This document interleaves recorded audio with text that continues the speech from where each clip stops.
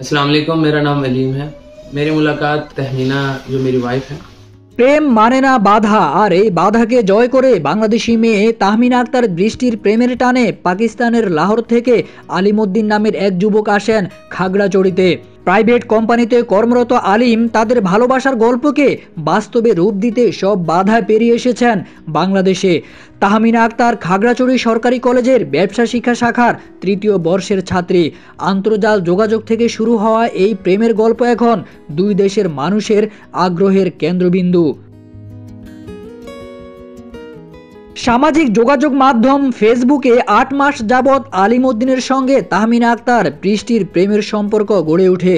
সম্পর্কের টানে গত ১১ ডিসেম্বর আলিমউদ্দিন পাকিস্তান থেকে চট্টগ্রাম হয়ে বেলছড়িতে আসেন। এরপর উভয়ের সম্মতিতে দুজনে বিবাহ বন্ধনে আবদ্ধ হন।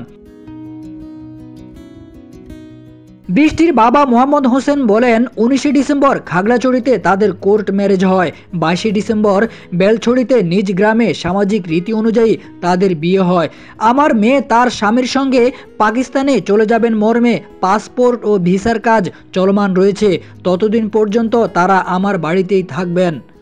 উনি পাকিস্তানের একজন নাগরিক। উনি বাংলাদেশে আসতে প্রথম এনে একটু খাবড়াইছিল, ডরাইছে। ওনার আমার বোন জামাই হয়, মানে বড় বোনের জামাই বিয়ে করছে কয়েকদিন হচ্ছে।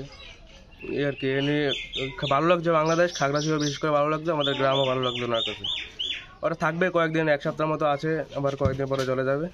ছেলেটা দেখতে খুব ভালো, আমরাও দেখলাম, সবাই দেখলো। এলাকার কোনো গণ্যমান্য ব্যক্তি এসে দেখলো। পাকিস্তানি যুবক আলিমউদ্দিন বলেন, গত ৮ মাস যাবৎ আমাদের প্রেমের সম্পর্ক। আমার পরিবার আমাদের সম্পর্কের বিষয়ে অবগত আছেন। তাদের সম্মতিতে বিবাহ করেছি। আমি অল্প কিছু বাংলা বলতে ও বুঝতে পারি। তাহমিনা আমাকে তা শিখিয়েছে।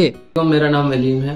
मेरी मुलाकात तहमीना जो मेरी वाइफ है उनसे मुलाकात हुई थी, ऑनलाइन मुलाकात हुई। हम दोनों एक दूसरे के साथ काफ़ी अटैचमेंट हो गई थी हमें।